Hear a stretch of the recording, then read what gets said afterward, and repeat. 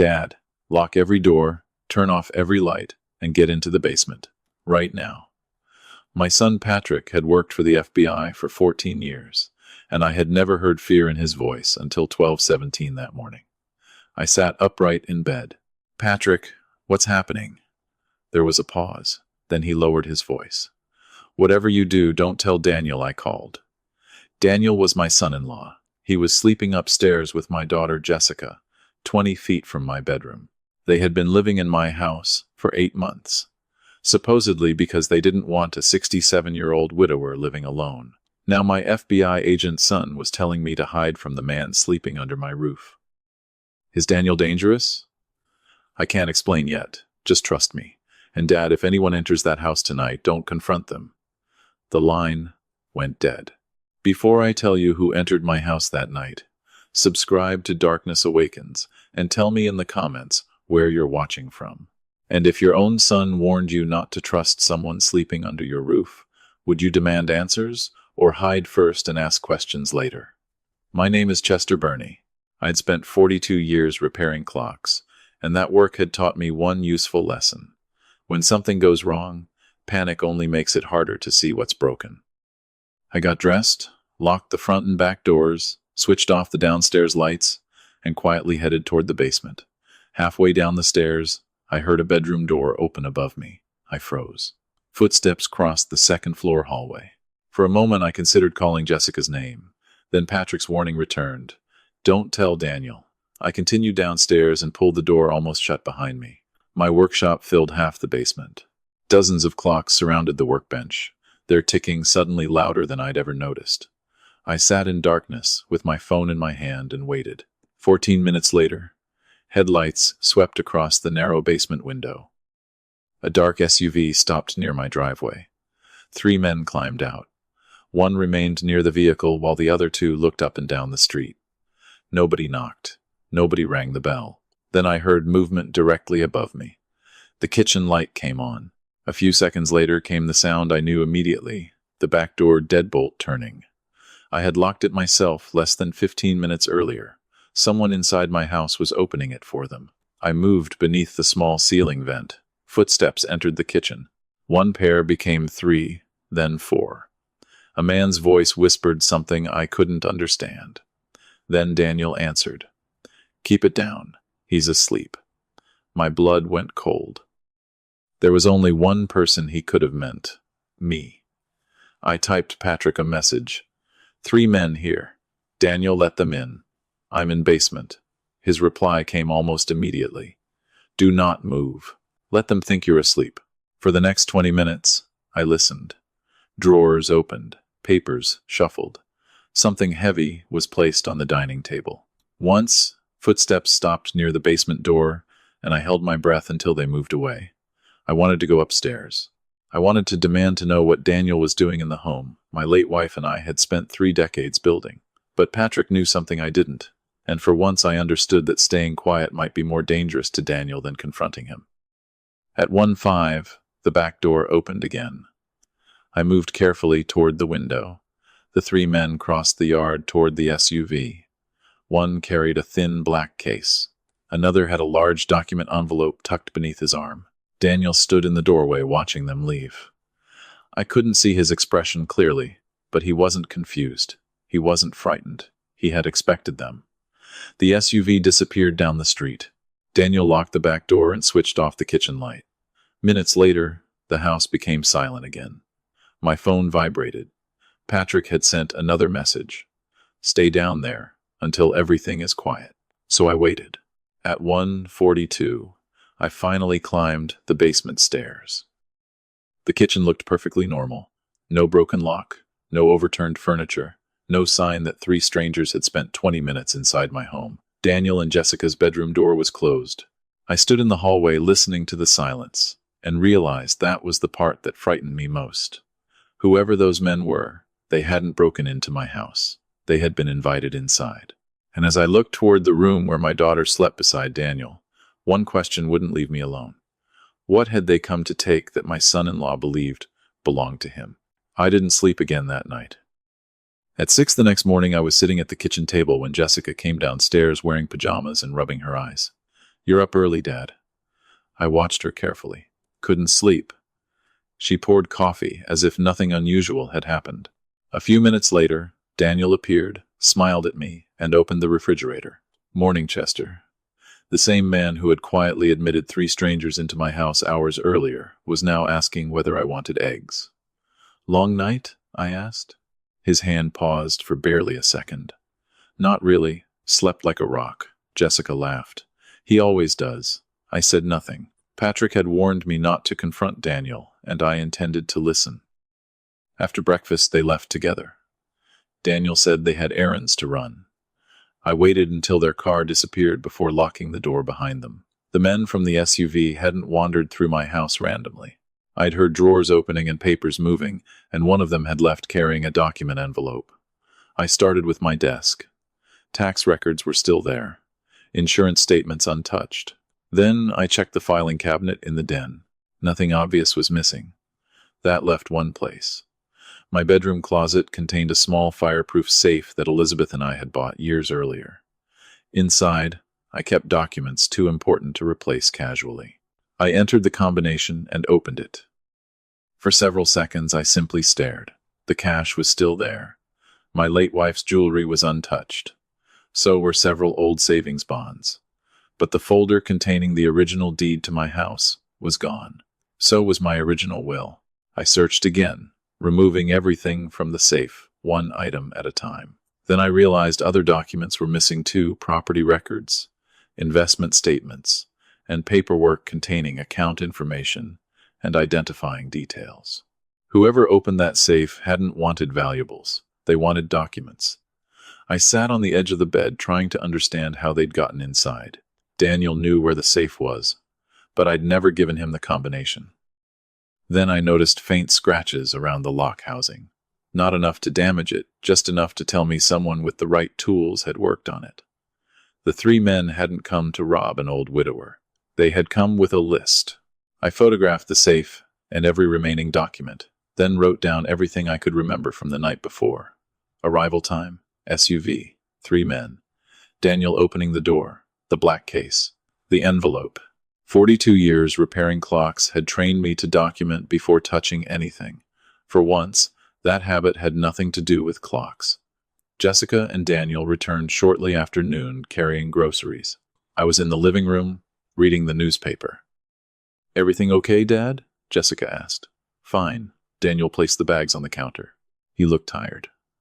"Didn't sleep well. You should talk to a doctor about that." The sentence was ordinary, but something about the way he said doctor stayed with me. Jessica immediately added, "You've seemed a little forgetful lately, too." I lowered the newspaper. "Have I?" She smiled. "Nothing serious. We're just worried."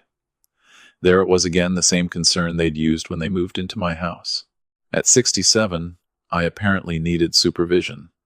Yet neither of them knew I'd spent the night watching Daniel from the basement. I decided to test them. "I thought I heard something around 1 this morning."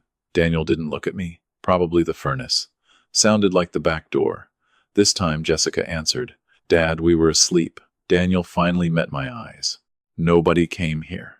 He said it without hesitation. I nodded as though embarrassed. Must have dreamed it. The tension left his shoulders almost immediately. That tiny reaction told me more than an argument would have.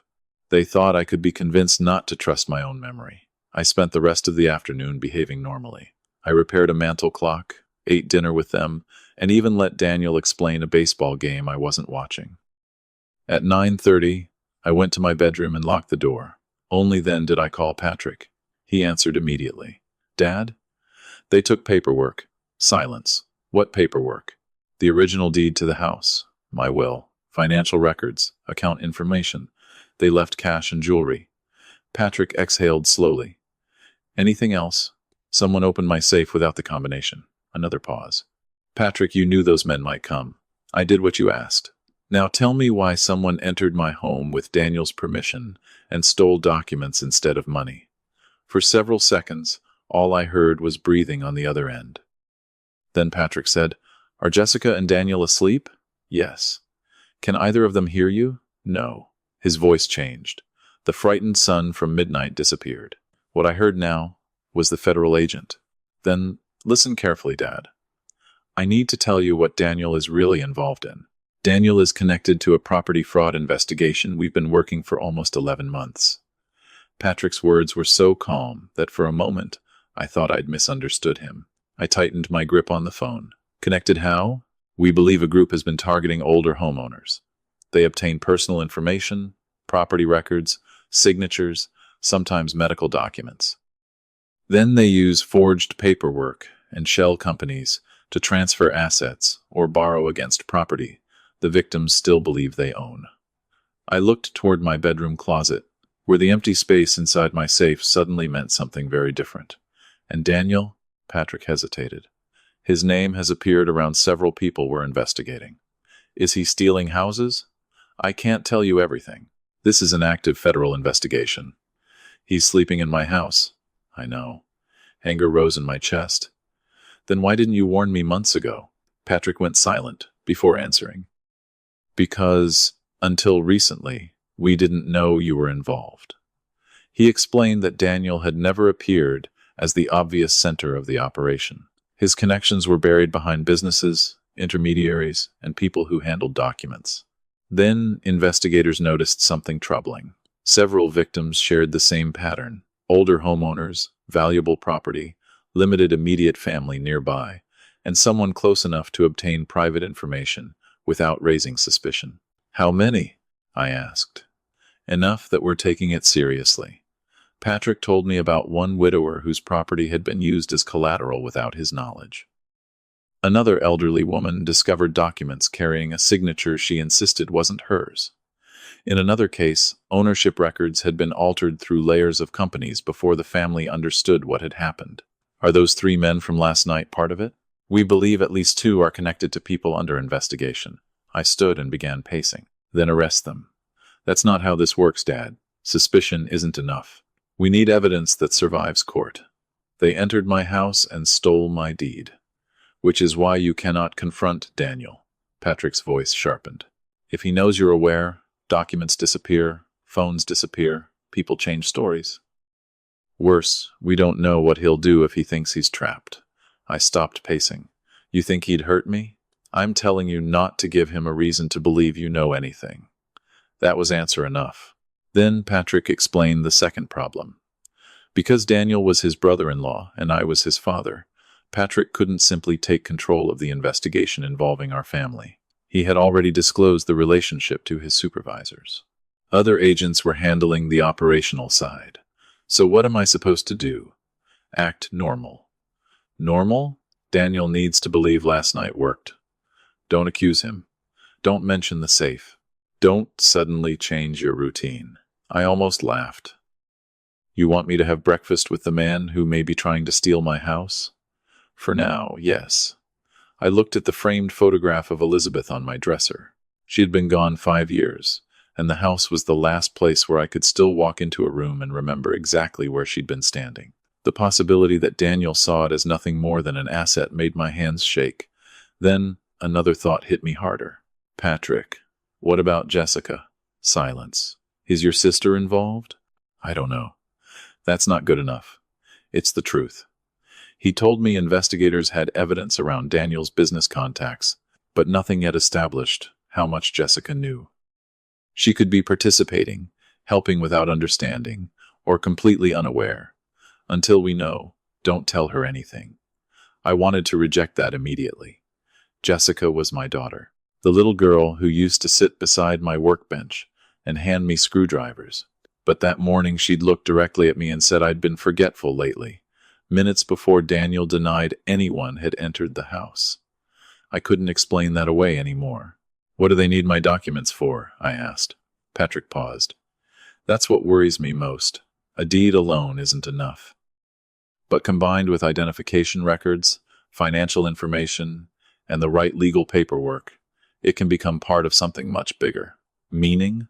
Meaning last night may not have been the end of whatever Daniel is doing to you. After we hung up, I remained in the dark bedroom for a long time. Then I took out a notebook and wrote down everything Patrick had told me. At breakfast the next morning, Daniel was cheerful. Jessica asked whether I'd slept better. I deliberately frowned at the coffee maker as though confused. Did I already put the coffee in? Jessica glanced at Daniel. It lasted less than a second, but I saw it. Daniel smiled and touched my shoulder. Don't worry, Chester. That's why we're here.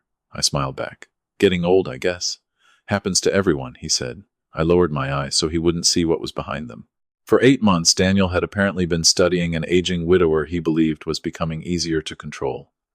If that was the man he needed me to be, I would give him exactly what he expected. I would forget appointments, misplace harmless things, ask the same question twice. And while Daniel watched an old man slipping away, I would be watching him. For the next 6 days, I became exactly the man Daniel wanted me to be. I left my reading glasses in the refrigerator and laughed when Jessica found them. I asked Daniel twice what day it was. At breakfast, I pretended I'd forgotten a conversation we'd had the night before. Each mistake was small enough to seem natural, and every time it happened, I watched them instead of myself. Jessica usually looked worried. Daniel looked interested. On the 4th morning, I heard them whispering in the kitchen after I deliberately asked whether Patrick was still living in Quantico, even though he'd left years earlier. It's getting worse, Jessica said. Daniel lowered his voice. I told you this would happen. Maybe we should call Patrick. Not yet. We need to know exactly what we're dealing with first. I stood behind the hallway wall and felt something inside me go cold. Daniel wasn't surprised by my supposed decline. He sounded prepared for it. That afternoon they left to meet friends. I waited 10 minutes, then entered the guest bedroom they had turned into their private space. I wasn't proud of searching my daughter's room, but 3 strangers had already searched my home. Daniel's laptop was gone. His desk drawers contained nothing useful until I found a business card tucked beneath a stack of receipts. Dr. Alan Morrison, Geriatric Psychiatry. I photographed it and kept searching. Inside a thin folder were printed property records. At first I assumed they were mine. They weren't. The pages listed names, addresses, and estimated home values belonging to people I'd never heard of. Most were between 68 and 84 years old. Several names had handwritten notes beside them. Lives alone. Daughter out of state. No mortgage. Early memory issues. My hand stopped moving. These weren't clients. They looked like profiles. I photographed every page and returned the folder exactly where I'd found it. That night, Daniel watched me struggle deliberately with the television remote. You okay, Chester? This thing keeps changing on me. He took it from my hand. Maybe we should get you checked out, just to be safe. Checked out? Jessica sat beside me. A memory evaluation, Dad. Nothing scary. I forced a nervous laugh. I'm not losing my mind. Daniel smiled reassuringly. Nobody said you were. But his eyes said something else. 2 days later, I got the proof. Jessica and Daniel left for dinner, and I returned to the bedroom. This time, a document lay beneath several insurance forms in the bottom drawer. Across the top were words that made my stomach turn. Petition for determination of incapacity and appointment of guardian. My name appeared underneath. Chester Burney. I read every line. The draft described me as increasingly confused, forgetful, and unable to manage finances safely. It claimed I'd missed payments, misplaced important documents, and demonstrated impaired judgment. None of it was true except the harmless mistakes I'd deliberately begun making after Patrick warned me. They were already turning my performance into evidence. The proposed guardian was Jessica. Another section requested authority over financial accounts, property decisions, and medical care. Then I found the attached notes. Evaluation, Morrison. Supporting statements from household witnesses. Financial management concerns. Property protection. Suddenly, the missing deed and financial records made sense. Daniel wasn't simply trying to steal papers from my safe. He was building a legal story in which I was no longer capable of controlling anything those papers represented. If a court believed it, Jessica could gain enormous authority over my life while Daniel operated through her. They wouldn't need to forge my signature forever. They could make my signature irrelevant. I photographed every page with shaking hands.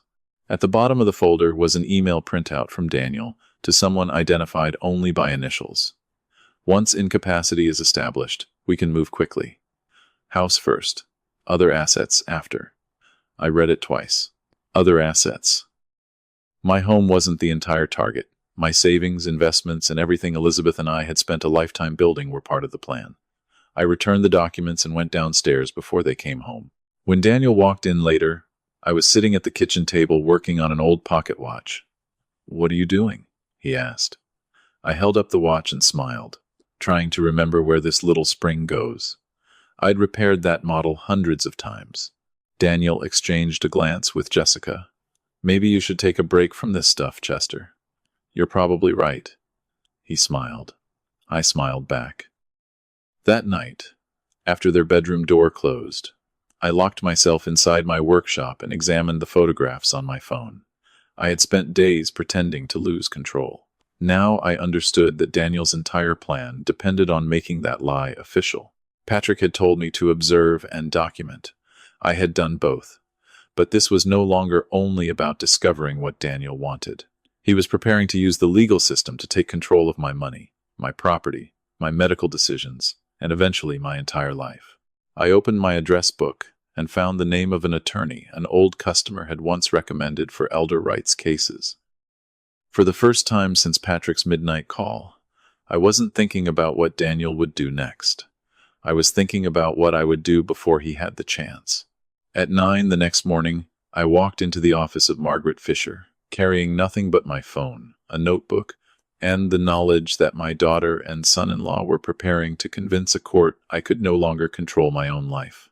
Margaret was 62, silver-haired, and had spent more than 30 years handling elder rights and guardianship cases. She listened without interrupting, while I told her about Patrick's midnight warning, the 3 men, the missing deed, the documents in Daniel's room, and the draft petition declaring me incapacitated. Then I placed my phone on her desk and showed her the photographs. Margaret read every page twice. When she finished, she removed her glasses. "Mr. Bernie, from this moment forward, don't confront either of them." That's what my son said. Your son is right. Daniel's plan depends on creating a record that makes you appear confused and dependent. We are going to create a stronger record showing exactly the opposite. Her first call was to Dr. Robert Hill, a geriatric psychiatrist with no connection to Daniel, Jessica, or Dr. Morrison.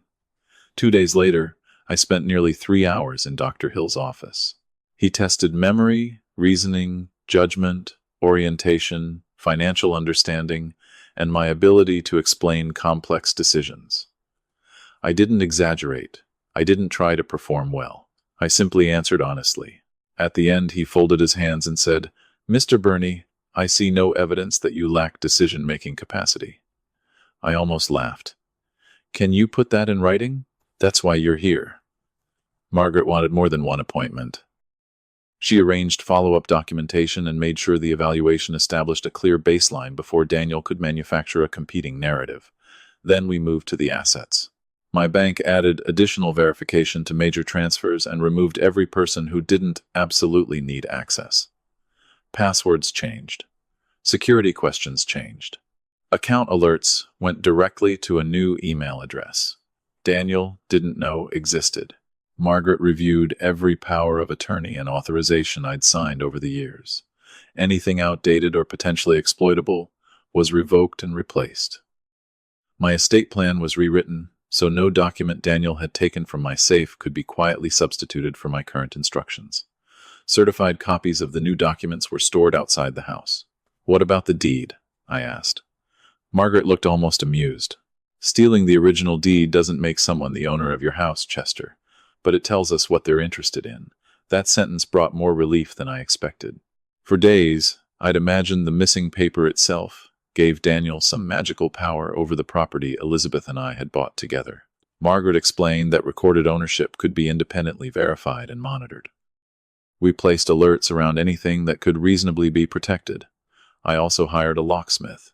He changed the exterior locks while Jessica and Daniel were out and replaced the safe mechanism. When they returned, Daniel noticed immediately. "New lock?" "Old one was sticking," I said. "Thought I'd fix it before I forgot how." He stared at me for half a second too long. "You should have told me." I would have handled it. Didn't want to bother you. Jessica smiled, but I saw concern in her eyes. They were beginning to realize I could still make decisions without them, so I gave them something else to see. The next morning, I deliberately searched the kitchen for my wallet, while it sat in my pocket. Jessica found it and touched my arm. Dad, this is what we've been talking about. I know. Maybe I should see somebody. Daniel looked up immediately. Actually, I know a doctor. There it was. Who? Dr. Morrison. He specializes in people your age. I pretended to hesitate. You think I need that? Daniel softened his voice. We're only trying to protect you. Protect. The word almost made me smile. Let me think about it. Later that afternoon, I called Margaret from a payphone outside a hardware store. He mentioned Morrison. Good, she said. Don't agree to anything yet. And don't refuse aggressively either. Let Daniel believe he still controls the pace. How long do we keep doing this? Until we understand exactly how far he's willing to go. Over the next week, I built 2 versions of my life.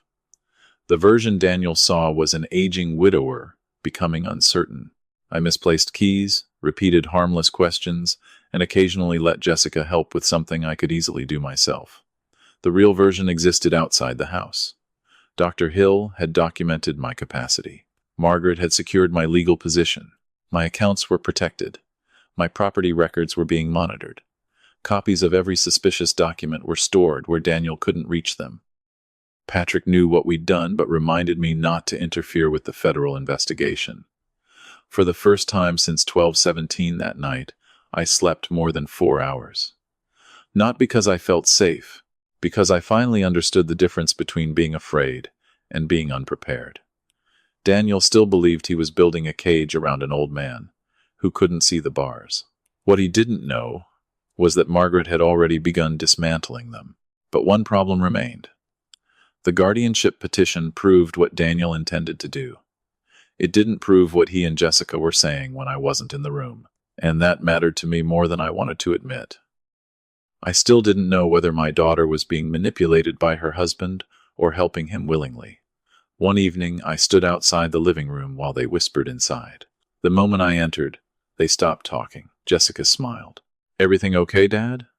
Fine. Daniel changed the subject immediately. I looked at the antique clocks surrounding the room, many of them older than everyone in that house, and an idea began forming. For 42 years, Daniel had seen those clocks as decoration. He had never understood them, never cared how they worked, and barely noticed they were there.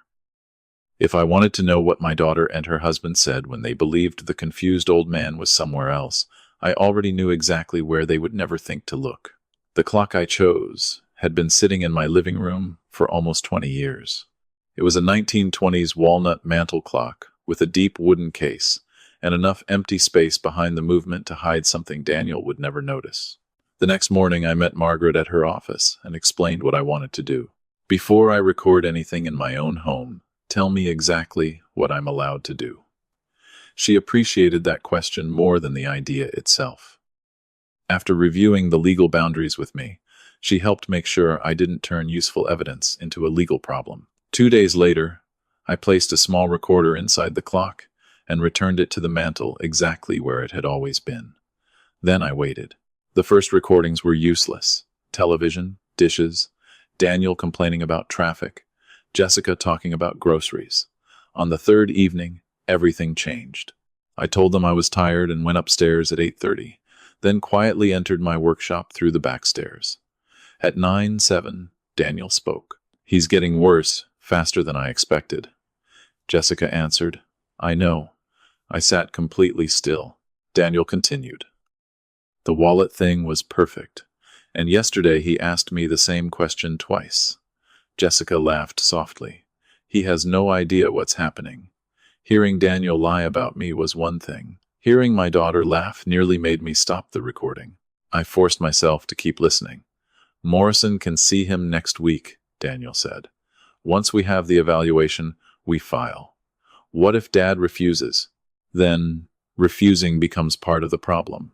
Paranoia, poor judgment, resistance to necessary care. Jessica was quiet. And Patrick? Keep him out of it until the court appoints you.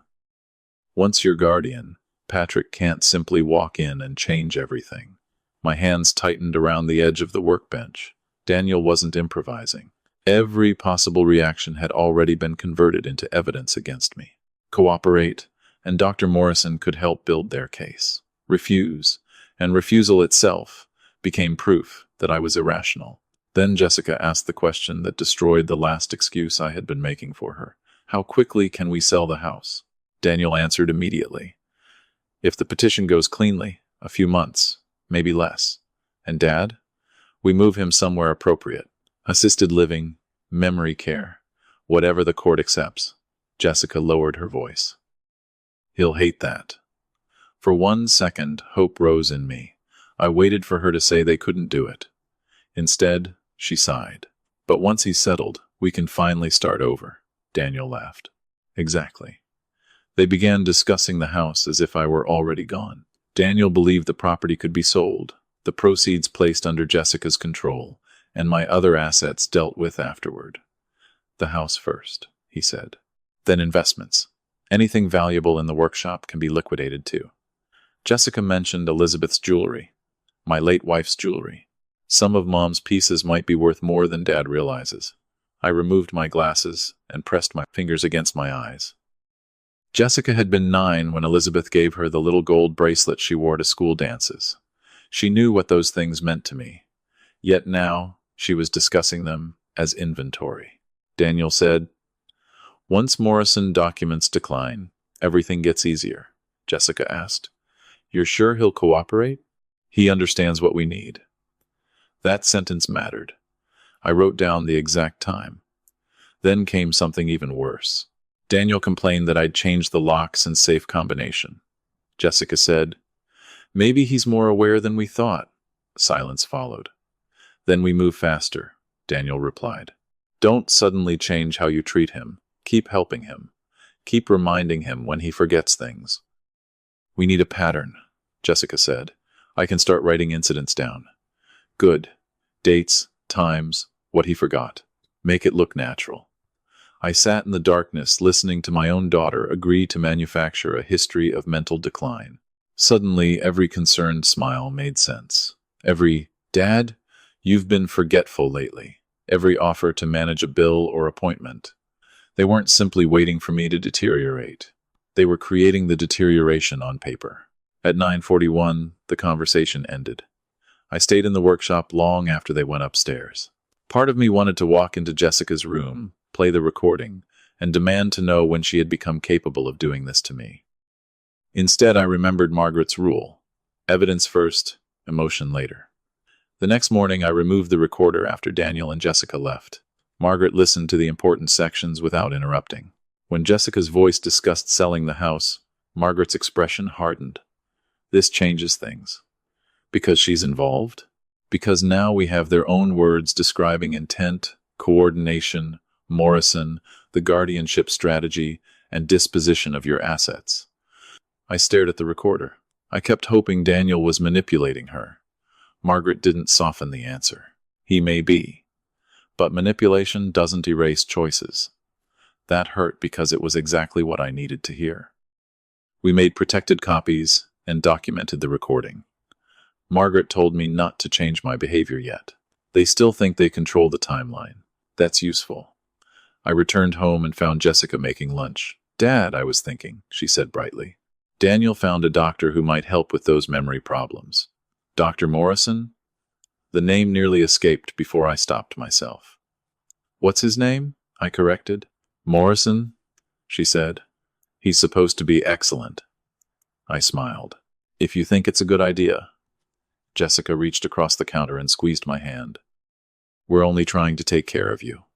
I looked down at her hand and remembered the recording. How quickly can we sell the house? I know, sweetheart, I said.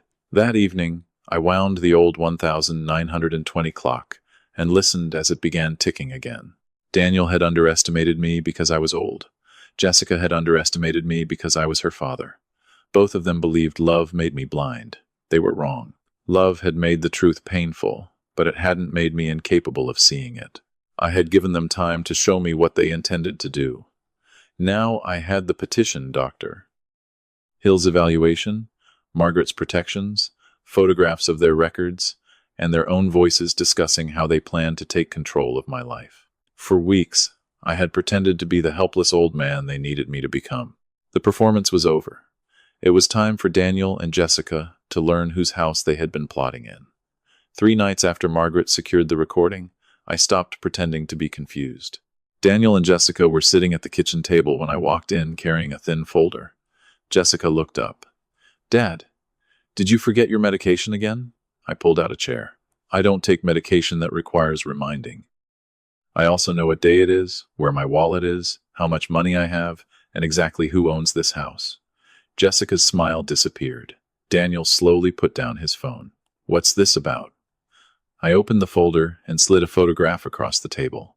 "Petition for determination of incapacity and appointment of guardian." My name was printed beneath it.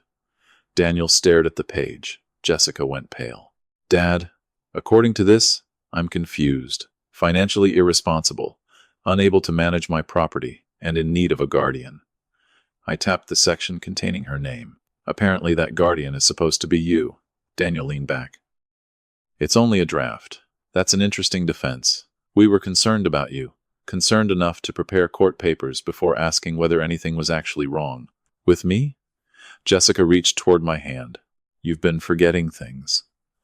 My glasses in the refrigerator, my wallet in my pocket, asking the same question twice?" She froze. I looked directly at Daniel. I did those things deliberately. For the first time, genuine uncertainty crossed his face. "Why would you do that?" "To see what you'd do with them." Silence filled the kitchen. I pulled out another document. "This is an independent cognitive evaluation from Dr. Robert Hill. I completed memory, reasoning, judgment, and financial capacity testing. His conclusion is simple: no evidence of dementia and no impairment affecting my ability to make decisions." Daniel reached for the report. I moved it away. "That's a copy. The originals aren't in this house." His eyes narrowed. "Who have you been talking to?" I ignored the question. "My accounts have new security protections. Old authorizations have been revoked. My estate documents have been replaced, and my property records are being monitored. So whatever you intended to accomplish with the deed and papers taken from my safe isn't going to happen," Jessica whispered. "We didn't take your documents. 3 men entered this house after midnight. Daniel opened the back door. They left, carrying paperwork." Daniel's voice hardened. "You have no proof of that. Maybe not enough for you." I turned another photograph toward him. "Dr. Morrison's business card. But perhaps you'd like to explain this." Jessica looked at Daniel. He didn't answer. "Dr. Morrison was supposed to evaluate me, wasn't he? Then you would use that evaluation with this petition." Daniel recovered quickly. "You're proving our point, Chester. Searching our room, photographing private documents, inventing conspiracies. This isn't normal behavior." There it was again. Every defense became evidence of illness. I almost admired how smoothly he did it. "Fortunately, Daniel, whether I'm competent is no longer something you get to define." Jessica began crying. "Dad, nobody wanted to hurt you." I looked at her. "Then why were you discussing what would happen to my house after you became guardian?" Her face changed. Daniel's changed more. "What are you talking about?" "I'm talking about selling this house and controlling the rest of my assets." Daniel stood. "You need to be very careful about what you're accusing us of." I remained seated. "And you need to be very careful about threatening a man inside his own home." "That wasn't a threat." "Good." I closed the folder. "Then we understand each other." Jessica wiped her face. "What do you want us to do?" "Leave." She stared at me. "Dad, both of you." Daniel laughed once. "You can't throw us out because you're angry." "You're right. That's why I'm not doing it, because I'm angry." The next morning, Margaret began the formal eviction process. Daniel and Jessica received written notice giving them 30 days to vacate. The notice also warned against interfering with my accounts, records, or property. Daniel read it in silence, then found me in the workshop. He dropped the papers onto my bench. "You hired an attorney." "Yes." "You're destroying your own family." "No, I'm protecting myself from it." He stepped closer. "You have no idea what you're getting involved in. Maybe not, but I know enough. Jessica is your daughter. which is why I'm giving her 30 days instead of pretending none of this happened. Daniel stared at me. You think some lawyer makes you untouchable? I think documentation makes lying harder. His expression tightened. Who else have you told? I returned to the clock movement in front of me. That's none of your concern. Did you tell Patrick? My hand stopped. I looked up slowly. Why are you worried about Patrick? I'm not worried. He answered too quickly. He's your son. I assume you've been complaining to him. Maybe you should ask him. Daniel studied my face, trying to determine how much I knew. Then he lowered his voice. You're making a mistake, old man. I smiled. According to your petition, I make them all the time. He turned and left. That evening I called Margaret and told her Daniel had asked about Patrick. He's nervous, she said. Don't give him anything else yet. Why? Because right now he doesn't know how much you know, or who knows it with you. Let him wonder. After the call, I stood beside the old 1920 clock and listened to its steady ticking. Daniel had lost access to my money. His guardianship plan had been exposed. 30 days were now counting down until he had to leave my house. Yet he still believed Patrick was simply my son living several states away. He had no idea why Patrick had known to call me at 12:17 that first night, and I intended to keep it that way until the moment knowing the truth would hurt Daniel most.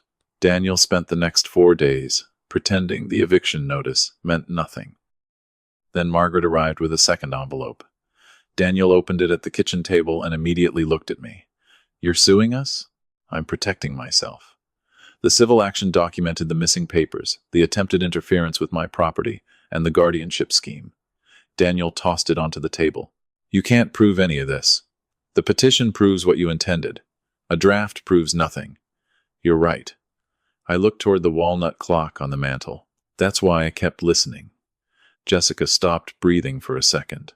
Daniel followed my eyes. What does that mean? You two talk freely when you think I'm upstairs asleep. His face changed. You recorded us? I documented conversations inside my own home after getting legal advice. Jessica whispered. Dad, what did you hear? Dr. Morrison, the guardianship, selling my house, liquidating my investments, even your mother's jewelry. Tears appeared in her eyes, but I didn't look away. And I heard you discussing how to manufacture a pattern of memory problems so a judge would believe I couldn't take care of myself. Daniel stood. Where are those recordings? Safe. Where? Somewhere you can't reach. Who has copies? I said nothing. His next question came quickly. Patrick? That was the second time he'd reacted to my son's name, and this time I wanted to know why.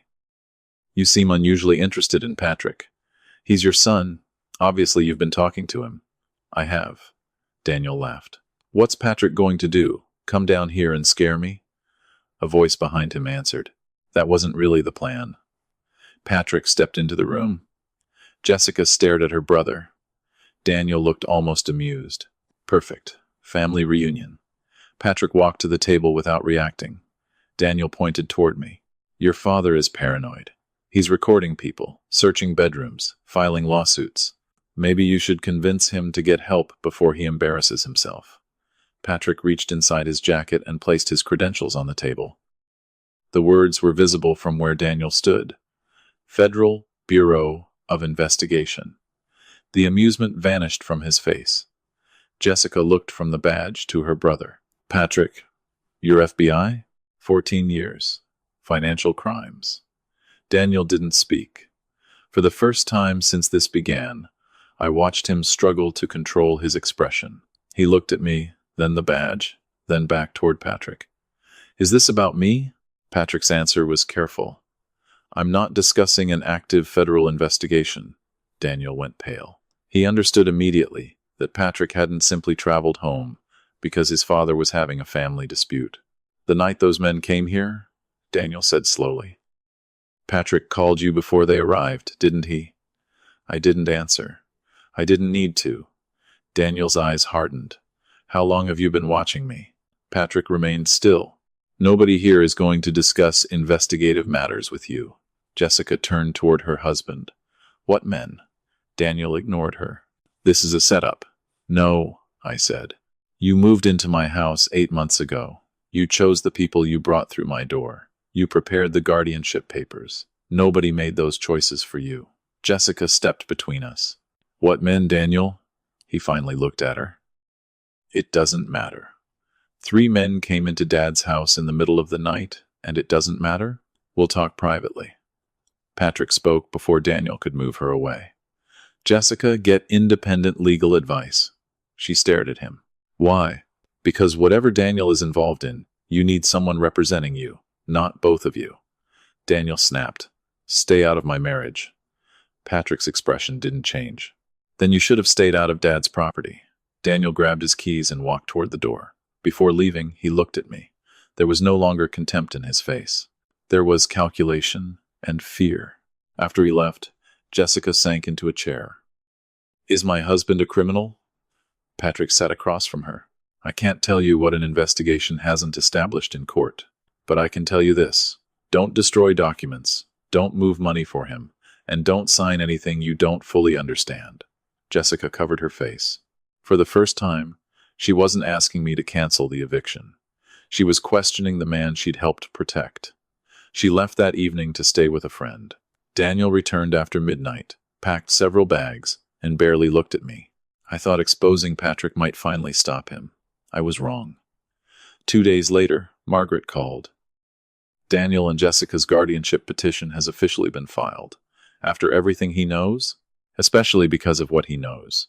If Daniel can get a court to declare you incapacitated before the rest catches up with him, he can argue that your accusations are the product of cognitive decline. I looked at Dr. Hill's evaluation beside the copies of the petition.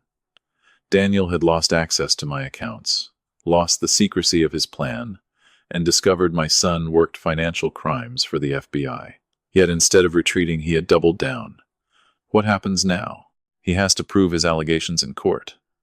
I looked toward the old clock that had captured their voices. Then let's give him the opportunity. For weeks, Daniel had built his entire strategy around convincing people that Chester Burney could no longer understand what was happening around him. Now he would have to tell that story in front of a judge, while I sat across from him with the documents, the recordings, an independent psychiatric evaluation, and one witness Daniel desperately wished had never come home. The guardianship hearing began 3 weeks later. Daniel arrived in a dark suit with Jessica beside him and an attorney named Richard Coleman. Jessica looked exhausted and wouldn't meet my eyes. Margaret sat beside me with 3 folders arranged neatly on the table. Let them tell their story first, she whispered. Daniel's attorney did exactly that. He described me as a 67-year-old widower suffering rapid cognitive decline, misplaced belongings, repeated questions, suspicious behavior, emotional instability, and an irrational belief that my family was trying to steal from me. Then he called Daniel. Under oath, my son-in-law spoke softly about how difficult it had been watching me deteriorate. We moved in because Chester needed help, he said, but he became increasingly paranoid. Coleman asked about the missing wallet, forgotten conversations, and my accusations about strangers entering the house. Daniel presented each incident as proof of dementia. I said nothing. Then Jessica testified. Hearing my daughter repeat the same story hurt more than listening to Daniel.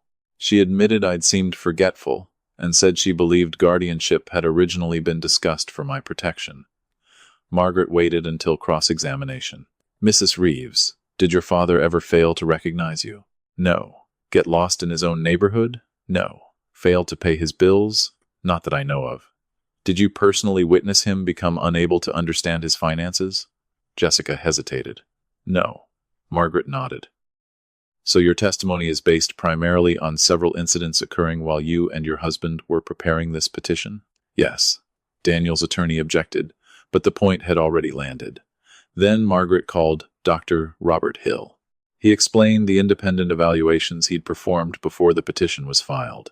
Memory, judgment, reasoning, orientation, financial understanding.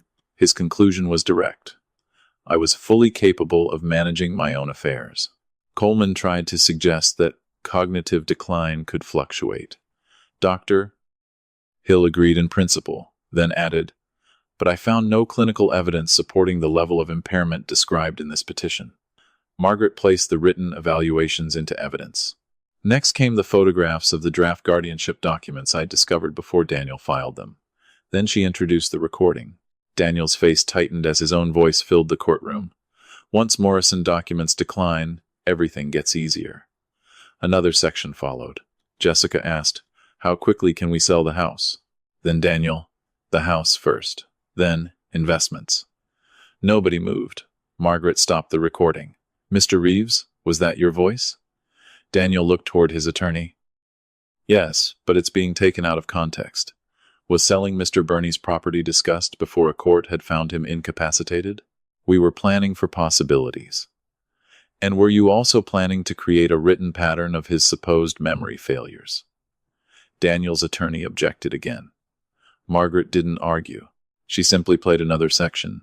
"Keep reminding him when he forgets things. We need a pattern." The judge looked directly at Daniel. His confidence was disappearing, but Margaret still had one witness left. The courtroom door opened, and Patrick entered. Daniel watched him approach the witness stand. Patrick identified himself for the record. Special Agent Patrick Burney, Federal Bureau of Investigation, Financial Crimes. Coleman immediately objected that a federal investigation had nothing to do with my mental capacity. Margaret agreed on one point. His employment alone doesn't. The reason Mr. Burney received a warning before unknown individuals entered his home does. The judge allowed limited questioning. Patrick explained that Daniel's name had surfaced during an investigation involving forged property documents, identity theft, shell entities, and elderly property owners. Because Patrick was related to both Daniel and me, he'd disclosed the conflict and was not directing the investigation. "Did you warn your father on the night individuals entered his home?" Margaret asked. "Yes." "Before they arrived?" "Yes." Daniel stared at the table. "Why?" "Because investigators had information giving us reason to believe his property or records could be at risk." The courtroom became silent. Daniel's story depended on my report of midnight intruders being evidence of paranoia. Patrick had just confirmed that the warning came before the men arrived. Margaret stood. "Your Honor, Mr. Burney wasn't imagining a threat. He was responding to one." Daniel's attorney tried to salvage the petition, arguing that the criminal allegations remained unproven. The judge agreed that Daniel had not been convicted of anything and then made clear that wasn't the question before the court. The question was whether reliable evidence showed I lacked capacity. Dr. Hill said no. My financial records showed bills paid and accounts properly managed. My legal actions demonstrated deliberate planning, and the recordings raised serious questions about the motives of the people asking for control over me. The judge looked at Daniel and Jessica. "This petition is denied. I didn't celebrate. I simply exhaled." Then the judge ordered that copies of relevant materials be preserved and referred to the appropriate authorities for review. Outside the courtroom, reporters were already waiting. Patrick told me not to speak about the investigation. Daniel pushed through the crowd with his attorney. Jessica remained behind. "Dad." I looked at her, but neither of us knew what to say yet. 4 days later, I was repairing a clock in my workshop when 2 dark vehicles stopped outside. Federal agents approached Daniel as he walked toward his car. He didn't run. He simply stood there while they identified themselves and placed him under arrest. From my window, I watched the man who had once planned to use the law to take away my freedom being driven away to answer to that same law. But when the vehicles disappeared, I felt no triumph. Daniel's arrest wasn't the end. There would be charges, lawyers, negotiations, money to recover, and the far harder question of what would happen to Jessica. The court had given me my legal life back. Now, all of us would have to live with what the truth had cost. Daniel's arrest didn't repair anything. It simply ended the part where we were still wondering whether he would ever be forced to answer for what he'd done. Over the following months, federal prosecutors built their case from bank records, forged property documents, shell companies, testimony from other victims, and evidence seized from people connected to the operation. I learned that I hadn't been Daniel's first target. Several older homeowners had lost money, borrowed against property without understanding what had happened, or spent years trying to untangle documents carrying signatures they said weren't theirs. My house had simply been the next opportunity, and living under my roof had given Daniel access most criminals could only dream of. Eventually, his attorney negotiated a plea agreement. Daniel admitted involvement in the fraud operation and related financial crimes. The sentence was 15 years in federal prison, followed by supervised release and restitution obligations. I attended the sentencing but didn't speak. Daniel looked smaller than I remembered. Before deputies led him away, our eyes met. There had been a time when he called me Dad. That day, neither of us said anything. Jessica wasn't criminally charged. Investigators couldn't establish enough evidence that she had participated in the larger fraud network before Daniel targeted me. But the recordings proved she had knowingly helped build the false story about my mental decline and discussed taking control of my property. Margaret pursued the civil case. Months later, Jessica agreed to a judgment requiring her to pay me $75,000 over 10 years. When Margaret told me the amount, I felt almost nothing. "Do you want to push for more?" she asked. "No, you could. I know." I looked around the living room where Elizabeth and I had raised our children. Money isn't what she took. The house had changed for me. Every hallway reminded me of Daniel. The kitchen reminded me of that midnight door opening. Even the walnut clock reminded me of the night I learned what my daughter had agreed to do. So after 31 years, I sold the house. Patrick tried to convince me not to make a decision while emotions were still raw, but this wasn't running away. I simply didn't want the final years of my life defined by rooms where I had learned not to trust my own family. I bought a smaller place about 20 minutes from Patrick. It had a detached workshop with enough room for my clocks and a porch where I could drink coffee without wondering who might be watching the house. On my first morning there, Patrick arrived carrying breakfast. "How's retirement?" he asked. "I've been retired for years. You repair 40 clocks a month. That's not work. That's people bringing me things they've neglected and expecting miracles." Patrick smiled. "Sounds familiar." For the first time in months, I laughed without forcing it. Jessica disappeared from my life for almost a year. I didn't call her, and she didn't ask me to forgive her. Through Patrick, I learned she'd started therapy, found a job, and moved into a small apartment. She sold most of the expensive things Daniel had bought her. Whether that was guilt or necessity, I didn't ask. Then one afternoon, a postcard arrived. There was no apology covering the entire back, no demand that I call her, no explanation of how Daniel had manipulated her. Just 4 lines. "Dad, I'm working. I'm in therapy. I'm trying to understand why I let myself become someone who could do that to you. I don't expect forgiveness. I just wanted you to know I'm trying. Jessica." I read it 3 times. Then I placed it in the top drawer of my workbench. I didn't call. But I didn't throw it away either. More postcards came every few months. She told me about ordinary things: a promotion, a new apartment, a book her therapist recommended. She never asked for money. She never asked about the $75,000 judgment. The payments simply arrived according to schedule. One Christmas, she wrote, "I miss you. I understand if that doesn't change anything." I kept that card too. Patrick once asked whether I planned to forgive her. "I don't know," I said. "Do you want to?" I looked at the clock I was repairing. "I want to reach the point where I don't need to decide every morning." He understood. Forgiveness, I had learned, wasn't the same as pretending something never happened. Trust wasn't restored because somebody finally became sorry. Some things needed time. Others never returned to what they had been. 2 years after Daniel's arrest, I finished restoring the old 1920 walnut clock from my former living room. I had almost left it behind when I sold the house, but Patrick insisted I take it.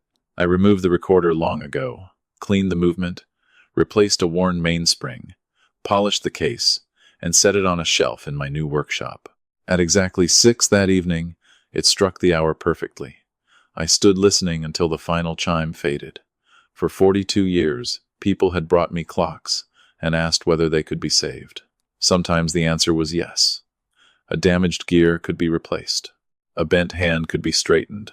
A movement could be cleaned and started again. But sometimes the damage was too deep, and pretending otherwise only destroyed more parts. Families weren't so different. Daniel had tried to steal my independence, and Jessica had helped him. The law gave me justice, but justice didn't give me back the daughter I'd believed I had. Maybe one day Jessica and I would sit across from each other again. Maybe we wouldn't. For now, I had Patrick, my workshop, my freedom, and the right to decide what happened next. I wound the walnut clock, closed its wooden door, and watched the second hand move forward. You can't force a broken clock to return to yesterday. You repair what can be repaired, replace what cannot, and then you let time move forward because no matter what someone tried to steal from you, the minutes that remain are still yours.